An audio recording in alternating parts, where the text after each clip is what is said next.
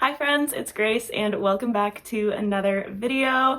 It is just the start of January right now, and as somebody who always waits until the previous year is actually completely finished, that means that it's time for one of my favorite videos every single time to do and to watch other people do, which is the best books of the year, which obviously in this case is the best books, my favorite books from 2023. So I usually don't restrain myself too much, but there are a couple of sort of informal rules on the list, which is really mostly that I have put my rereads in an honorable mentions section just because I reread books that basically I already knew were some of my favorite books ever. So I thought that it was more fair to clear those from the actual list and make room for things that I read for the first time.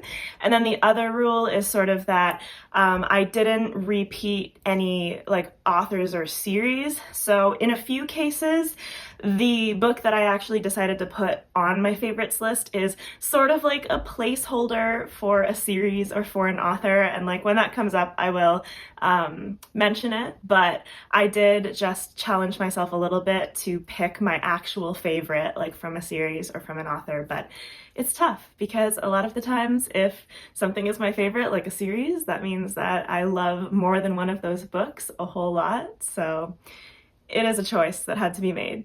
The other thing is that these books are simply going to be ranked and talked about in the order that I read them. So starting at the very beginning of 2023, a whole year ago, all the way up until the stuff that I read in December. And yeah, I think I mentioned maybe that there are 12 books on this list. It's not a top 10, it's simply my favorites. And then there are 4 books on the honorable mentions that were favorite rereads. So I am going to start with the rereads just because I have talked about these books on my channel before, so I can sing their praises a little bit, but I can also get through them a little bit quicker so that we can move on to talking about the things I read for the first time. So starting off with a book that honestly needs very little in the way of explanations is A Storm of Swords by George R.R. Martin. So I started along with the read-along that was happening at the start of 2023, and I reread A Game of Thrones, A Clash of Kings, and A Storm of Swords, but I did stop after A Storm of Swords. I knew going into this book that back when I read it, it was my favorite book from A Song of Ice and Fire, and to this day, even before the reread, one of my favorite fantasy books of all time, and in my opinion, one of the best fantasy books of all time. So rereading this in, I think it was March, honestly just solidified that for me. There's so much that goes on in here.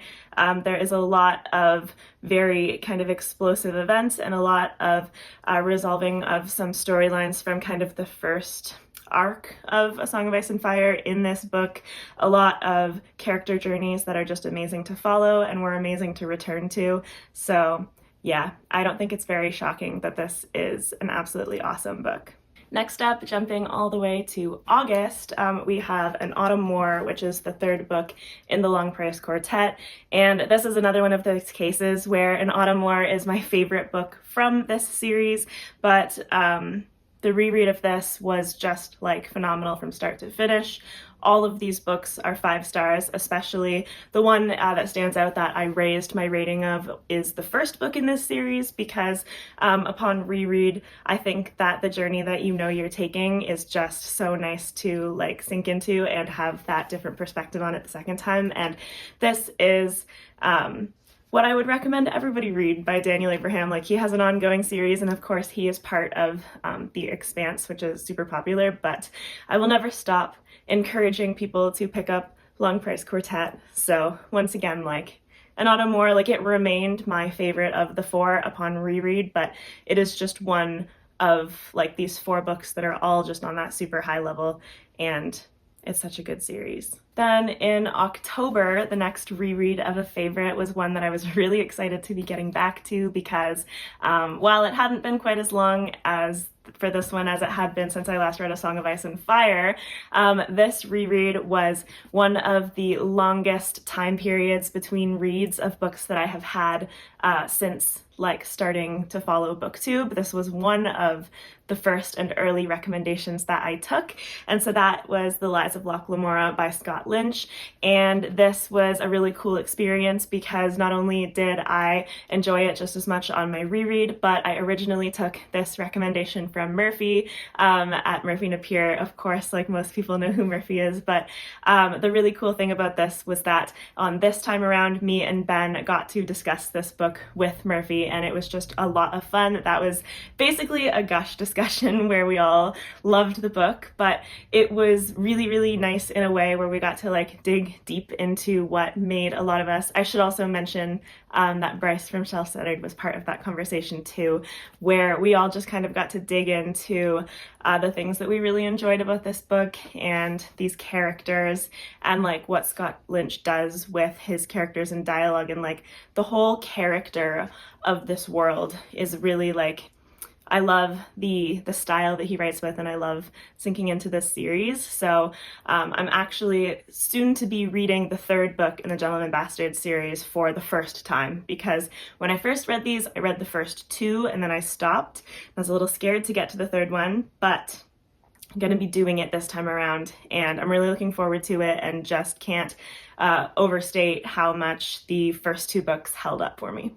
The fourth reread honorable mention for me is one that I read in December, so I just recently finished it, and it has been about 2 years since I last read this series, but winter is the perfect time to get back into it, and that is The Bear and the Nightingale by Catherine Arden.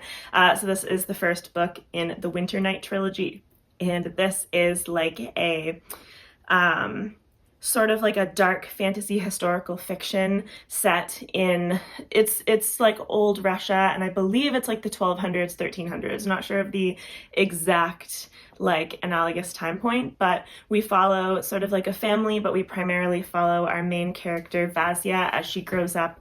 She is from sort of like a small town from like a less populous wooded area in northern Rus, and we follow her as she kind of like grows up, and the interactions that she and her family and their world have between this sort of like old fairy tale folklore type of magic and the rise of like humanity and Christianity and sort of like society, and the effects that that has on all of the interrelations between those two kind of like magics, you might call them. So very, very interesting, very fairy tale vibes. I love this book so much, and I loved it again. This time I actually listened to it on audiobook, and that was a great experience too. So I have really enjoyed both formats, and I'm currently listening to the second one on audiobook as well as a reread, and I'm going to continue to finish out that series as soon as I can, because it's just really, really easy to read and enjoy. Okay, now that we've gotten old favorites out of the way, now it is time to talk about new favorites that I read for the first time this year. So we have, like I mentioned, 12 of these on this list. They are mostly fantasy, but we have like some variation on here. And yeah, let's just get right into it. So the first book on this list, which was actually the very first book that I finished in the year of 2023, right at the start of January, is The Liar's Knot by M.A. Carrick, and this is the second book in the Rook and Rose trilogy, which did wrap up this year in August with Labyrinth's Heart. That was my most anticipated release of this year, and it did absolutely live up to my love for the series. But on the whole, this second book was my favorite book of the trilogy, and obviously that's not to say that the others weren't good, but this one was just, it had such a combination that made it my favorite.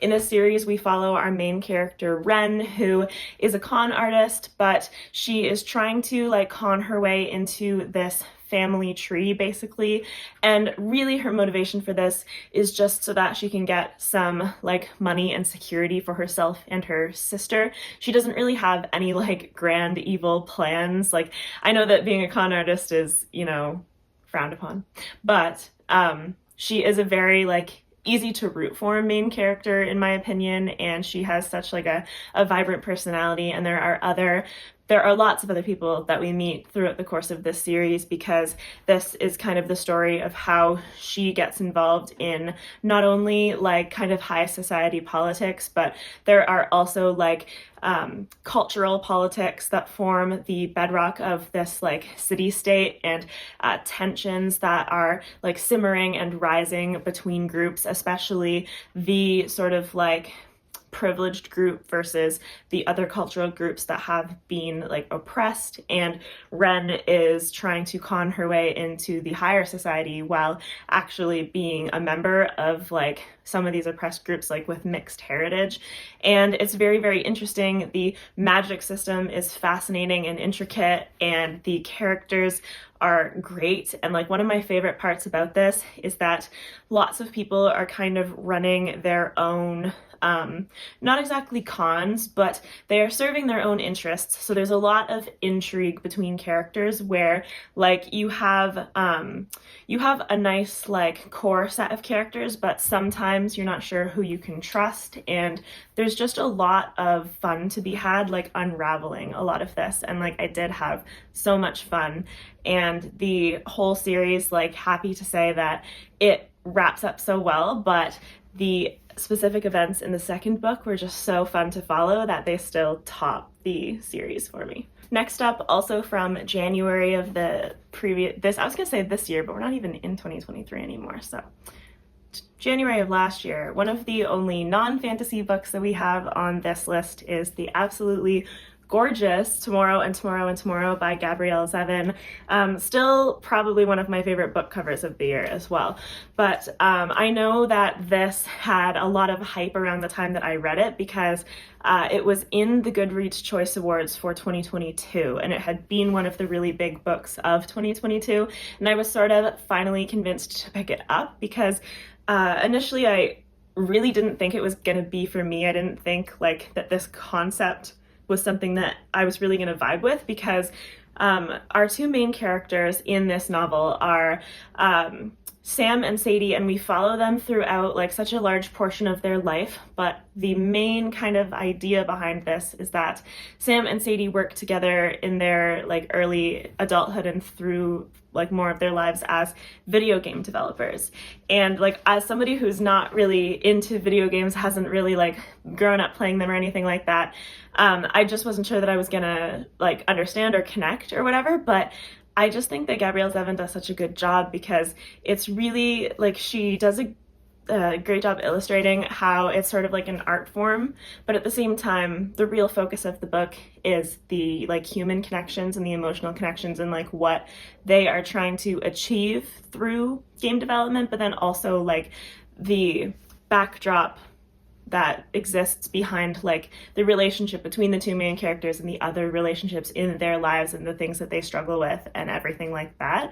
So I just found that it really hit for me, and emotionally I really connected with this book, and I really, really loved it. So that was just like, it was a pleasant surprise, because it's not exactly taking a chance when a book is so popular, but wasn't sure if I was gonna like it, and then I really loved it. The third book on my favorites list is another non-fantasy book, and this is something that I read in the month of March, and that is When We Cease to Understand the World by Benjamin Labatut. And this is a fascinating book because it is fiction in a sense, but it is very much historical, like science. Well, it's not science fiction, but it is scientific fiction, let's say, where this tells these stories of a lot of scientists and physicists and people who had major impacts on the world and the development of the world throughout the 20th century. And you look at everything from like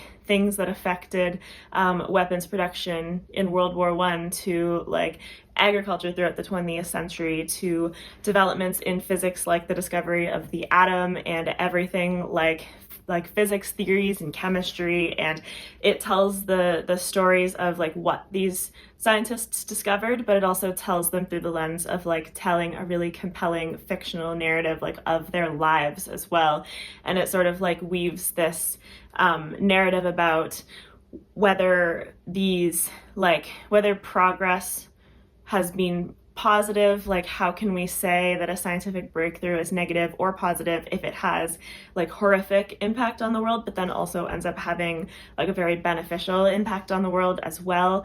And it just has a lot of interesting things to say about like scientific discoveries, and just everything in this was so compelling. And it is a very short book, so it just kind of like comes in, says what it like wants to say, it tells the stories, and then that's it. And it's a very effective book and very like memorable, and I would definitely recommend this. I mean, I would recommend it to basically anyone.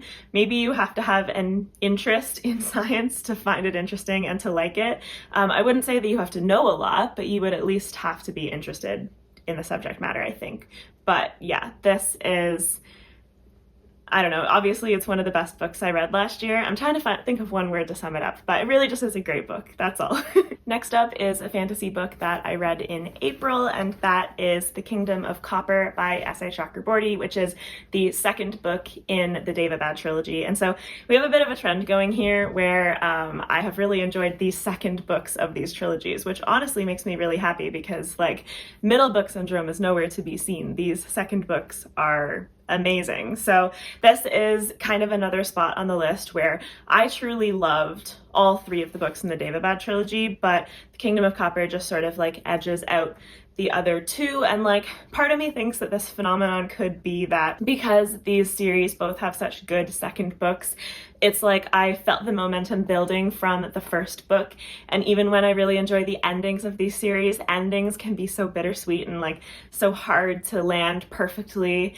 And I think that there's just something about the penultimate book in a series that just has this feeling that's so hard to recapture that I just love.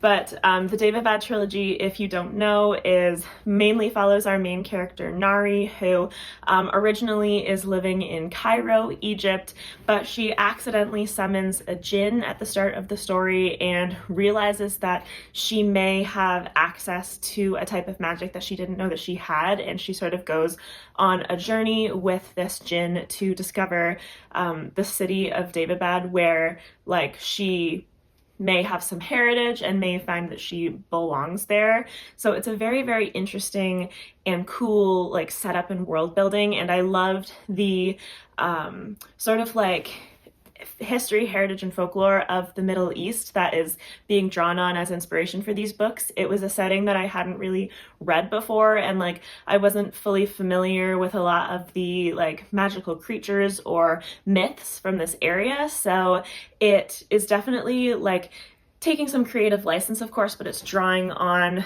myths from our world. And so like that was really interesting, and it felt very magical to see. And I loved our main characters, especially Nari, and I really just loved following her. And the in terms of like themes and stuff, this has some similar themes to the Rook and Rose trilogy, where you have this city that sort of has like tension simmering, and like cultures that have a long and bloody history with each other, and you are kind of like hurtling towards some sort of inciting incident where the world changes and like people are like towards a point of no return where some sort of resolution needs to be found, but there's a lot of plot and climax that has to go on in order to get there. So it's very, very fun and very interesting.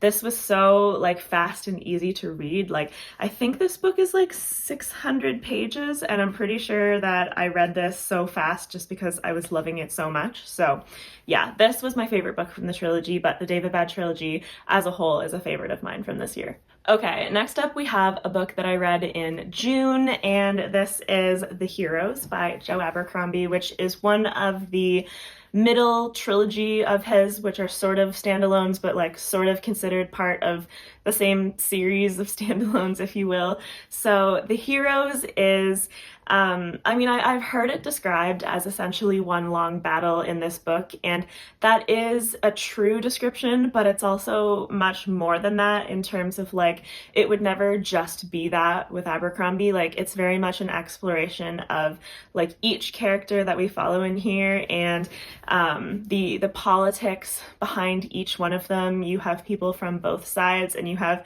people from all sort of like ages and stations and genders and like life experiences that you follow in here. And it's one of the things that he is so good at, and something that Abercrombie does that I'm pretty sure The Heroes was the first time he did it, is he will sometimes have these sequences in a chapter where you like hop from perspective to perspective in sort of like a flowing sense, where if you're in the heat of a battle and it's sort of like chaotic, you will flow from one perspective to another, where he is using a connector of like people interacting with each other. So you might hop from someone's head to the person that they just interacted with, and then go from there and see like so many different sides of what's going on and feel the emotions. And like one of the things that he's best at is the distinct character voices. So in a book like this, where he is providing you with basically all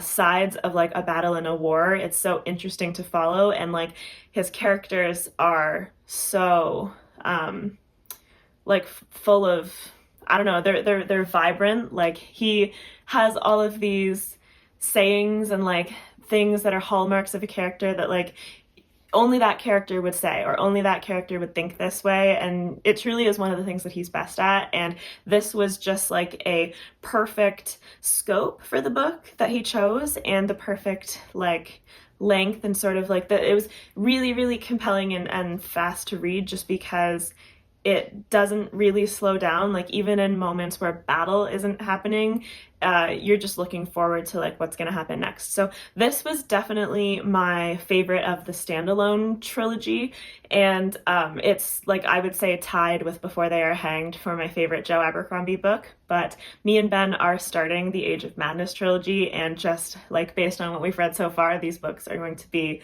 incredible as well. So we will see what the final ranking of The First Law World ends up being, but The Heroes will stay up there, I'm sure. Next up is a new release fantasy novel that I read in July when it came out, and that is Blade of Dream by Daniel Abraham. So this is the second book in the Kithamar trilogy, and this is like currently publishing, like kind of hoping that the third book is going to come out in 2024, but as far as I know, that hasn't been like announced yet, so who knows, maybe it'll be late this year or 2025. But this was honestly a very pleasant surprise, because after loving Long Price Quartet so much by this author, the start of the Kithamar trilogy, Age of Ash, was good. Like, and I still enjoyed it, but it wasn't on the level of LPQ, and it was just sort of like solid. So I wasn't sure going forward. Like, I was obviously hoping for the next entry to be better and to be like closer to like the heights that I know he can reach for me. And so Blade of Dream was definitely closer to that. I really, really enjoyed this.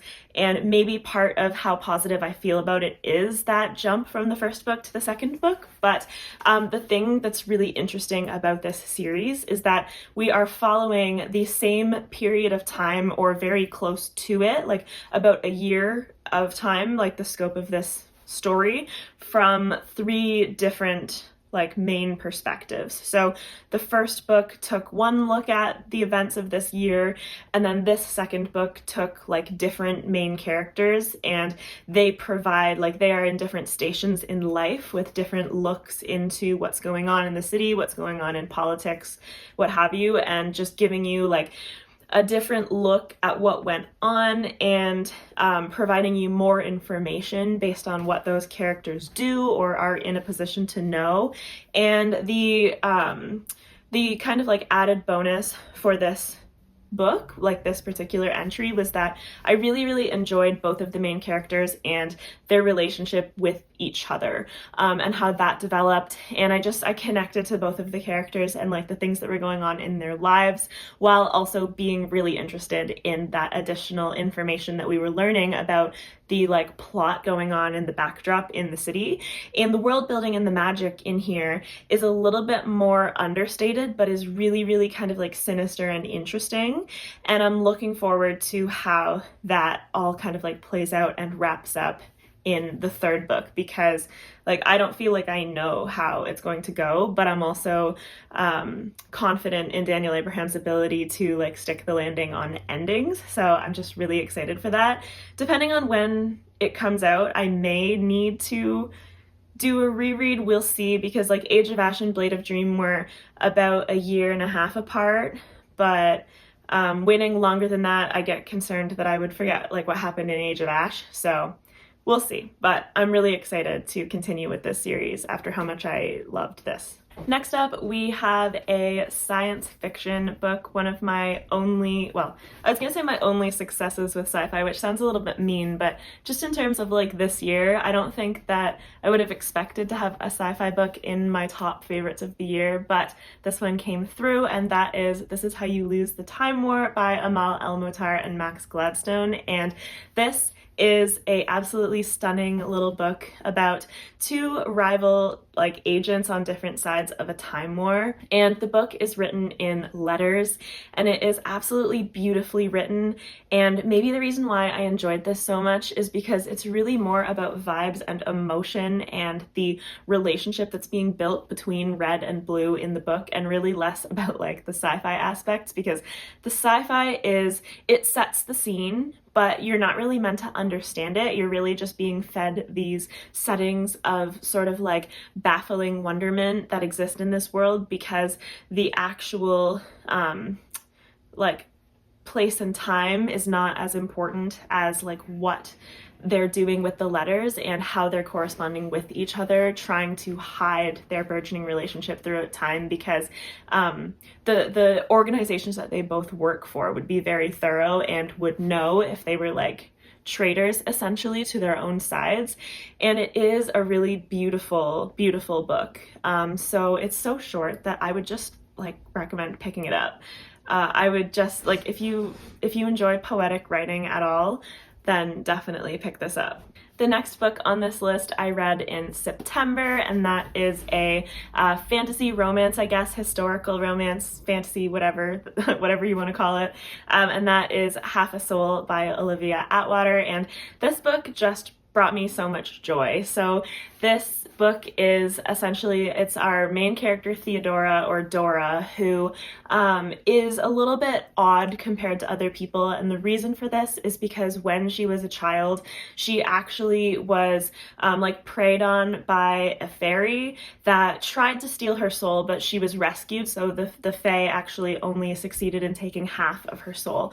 And so Dora kind of experiences like muted emotions and muted responses, and essentially doesn't really know how to react the same as other people in a lot of situations, because she might know that she is supposed to be feeling something like logically without ever actually feeling it, and she always is kind of like putting her foot in her mouth or talking in a very blunt way, which is not the way that like ladies of society in the 1800s would have like been expected to act. And it really is just like, she is a great main character to follow, and we follow her as her and her cousin travel to London because they're like, her aunt is hoping to see her cousin get married, and they're kind of like going to balls and everything, but she ends up encountering a man named Elias, who is the Lord Sorcier for England, who fought against Napoleon and has this crazy reputation, and he is not known for being a very like likable or charming man either. He's sort of standoffish, and they meet and they form this really interesting relationship, and I loved watching it develop. And it's not a super long book, but there is more that goes on that I won't say, because it's really nice to unravel like the mystery in here alongside the romance. And this is just like, I don't know, it's just one of my favorites of the year, just from pure enjoyment and joy. And so I really liked the second book in the series as well, but not as much as this one.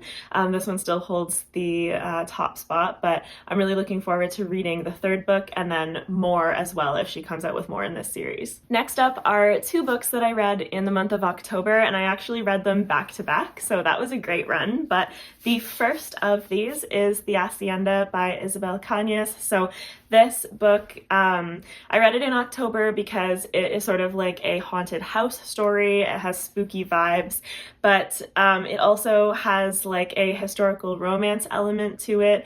And this just ended up being the combination of all of those things that was absolutely perfect for me and was just like so enjoyable to read. So I think this was 1837 or maybe 1823. It doesn't actually say in the synopsis, but essentially this is taking place immediately after the Mexican War of Independence, and our main character Beatrice and her mother are sort of left adrift because Beatrice's father was executed for the role that he played in like this war, and he was sort of like on the wrong side at the wrong time when the tides turned. But Beatrice and her mother are staying with relatives, but they don't really want them there, and she is afraid for their future, and so she ends up marrying this man Rodolfo, essentially to, like, she doesn't hate him, but she doesn't love him either. Like, she wants to have a home for her own and for her mother, and that's her goal. And she knows that if she becomes the like wife of the owner of an hacienda, then that puts her in a much better position and more security for herself and her mother. So when she gets to this hacienda with her new husband, she realizes that something mysterious is going on. Something happened to his previous wife, and nobody will really talk about what it is. And the house has some really creepy things going on. And then she kind of like realizes that there's something going on in the house, and she tries to enlist the help of a priest to help like kind of drive away dark spirits. And the whole tone and the whole like storyline was just perfect for me because I really loved how truly creepy the house was and how like truly like supernatural it felt, and it was the right balance for me of being scary versus being like a mystery, because it's clear that something is wrong with the house. Like, the house is acting maliciously, but it seems like if they can sort out what's going on, then they might be able to fix this. And her growing relationship with this priest while her husband is absent, and her trying to figure out like what's going on with him and what happened to his first wife, and just everything like. And I really loved the main character and like how she acted and how she like did what she had to do and like was brave and was like, I don't know, she was very much like a survivor, I guess, in this situation. So yeah, I loved this. So this was an easy 5 stars, and yeah, it was a little bit of a disappointment that I didn't like Vampires of El Norte as much, but I still have this to hang on to because I know Isabel Cañas can write a book that I love. Next up, like I mentioned also in October, because this is the book that I read right after The Hacienda, is Stoner by John Williams. And just because like it's tougher with this, it's not part of the same series, but it is the same author, I'm just going to tack on Augustus by John Williams to mention it because it was really hard. Those are the 2 John Williams that I read this like past year, and it was really hard, honestly, for me to choose between them just because they offer such different things, and they're also written in a completely different format, with this being more of a classic approach to a novel and Augustus being in epistolary format and being like historical, classically written. And it is very difficult because both of them were like amazing, but I'm going to pick Stoner. I think, I don't know, even now I'm like, well, they're both great.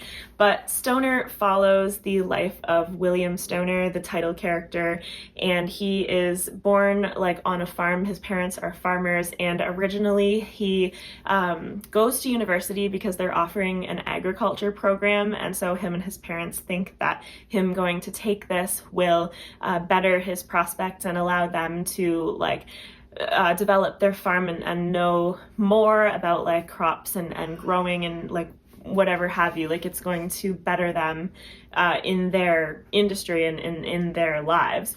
But William Stoner, while he's at university, he ends up just falling in love with English literature, and he stays to study it longer, and he ends up becoming a professor at this university, and we follow essentially his life, his meeting his wife and having a daughter. And like, it's interesting because this novel is so like simple and basic kind of in its progression, where Stoner is living his life and we are seeing him live his life.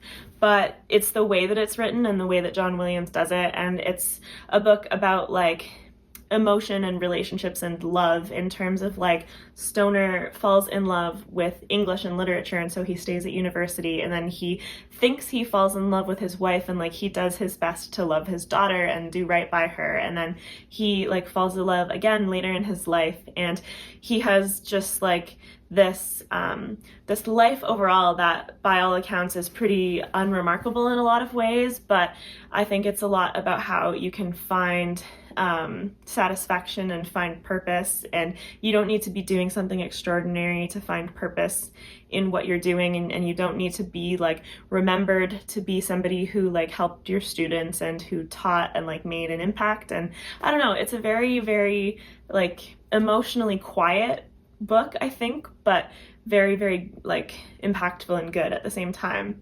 So yeah, this is definitely on my favorites of the year list, which is probably one of the biggest surprises, just because classics have so much of the ability to go either way for me. So this was just lovely to know that it was such a success. We are almost at the end of the list. The 11th book on here is one that I read in November when I was reading things that were part of the Goodreads nominees that I already had on my shelves. And so that is Divine Rivals by Rebecca Ross. And this had quite a lot of praise and hype. And the setup of this was something that I did think that I would really enjoy, and I'm happy to say that I did. So our main characters in this book are named Iris and Roman, and the backdrop of this book is that there is a war going on between two gods, and it is not yet affecting the city where Iris and Roman live, but it is affecting their lives, because like Iris has a brother, an older brother, who has left to fight on the front lines of the war, and so that is something that she like always thinks about, because it's just her and her mother is not doing well, and Iris doesn't know whether her brother is alive or not.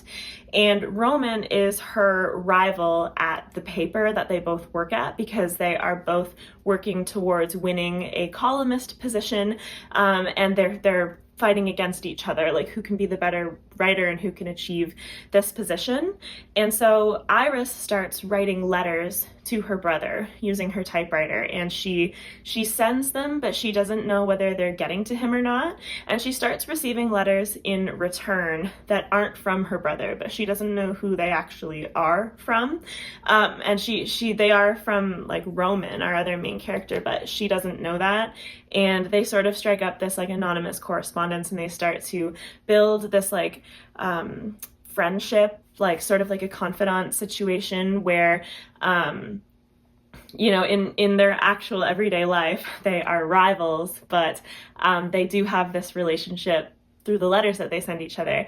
And so it's really interesting how it develops from there. I really loved both of the main characters, especially Iris. I found this book to be surprisingly emotionally hard-hitting for me. This is shelved a lot of the time as YA, but I didn't find it to be reading all that young at all, especially with the themes of war and death and grief and love that it deals with.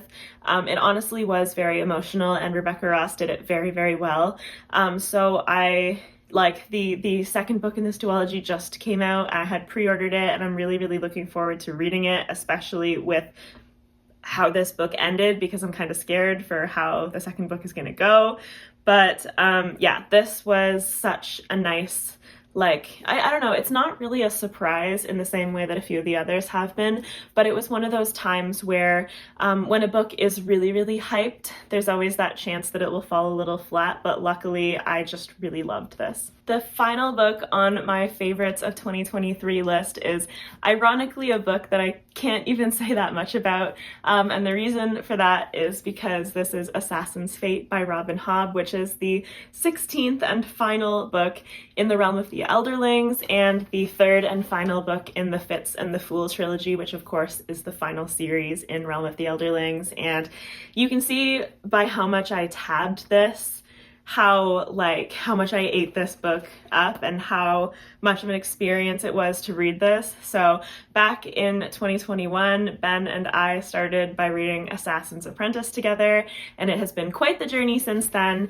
And while we have been doing buddy reads for a while now of Realm of the Elderlings books, both of us had to start Assassin's Fate a little bit before the rest of our group, and so we kind of finished Realm of the Elderlings just together as well, and we had some fantastic discussions about this book. I think Realm of the Elderlings is my favorite fantasy series of all time.